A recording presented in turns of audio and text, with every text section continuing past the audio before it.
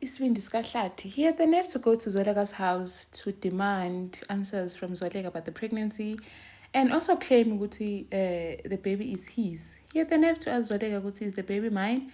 Even when Zolega was telling him ukuthi, no, the baby is not yours, still is insisting ukuthi how apparently we are 4 months pregnant and we were still married 4 months ago. So usho kona ukuthi wena lo mntana lo owami lo mntana kamabandla lo. And uZolega is shocked with how when Hlathi uThumeka would be so concerned with when lapha you are here demanding answers about my baby while you are married, you are a newlywed man, why ulapha? And then asisenjalo so busy demanding answers from uZolega. Zolega even telling him ukuthi yazi wena, every time you see a good thing happening in my life you want to insert yourself kuthi nje ufuna uhlala uzibona uphakathi kahle nje ngathi nje uPlathi doesn't want to see uZolega happy. Ayi uLazarus afika, please stop questioning my woman, you're stressor. She's pregnant and you're stressing her out. You've got the nerve coming here and all that. Ati uLazarus, yes, uZolega is 4 months pregnant and the mntana lo simconceive while you guys were still married before the divorce.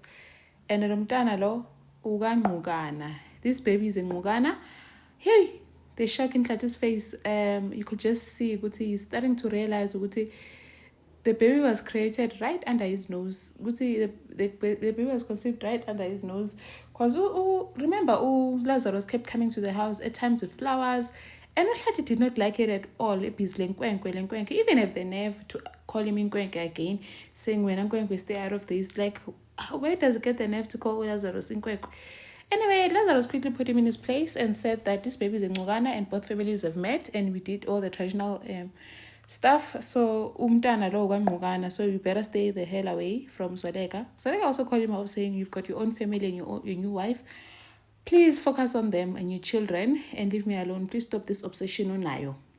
Yazi sebebhekene head on uHlathi noLazarus like they're going to fight.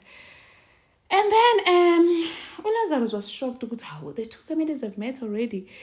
He was shocked because now he sees Lazarus is the father of the baby is true. And then and then we're building a life together. So please stay the hell out of our lives. Stop this obsession on I. Hi, wahamba ke uHlathi nomsila in between his legs. And then Lazarus was just reassuring uZolega ukuthi yazini whatever Hlati's trying to do was not going to work. This is our baby and things are going to be all right. And they hugged. Like Lazarus is embracing this fatherhood journey and he looks so happy. They look so happy together. Thank you for watching. Please like, share and subscribe. See you in the next one. Bye.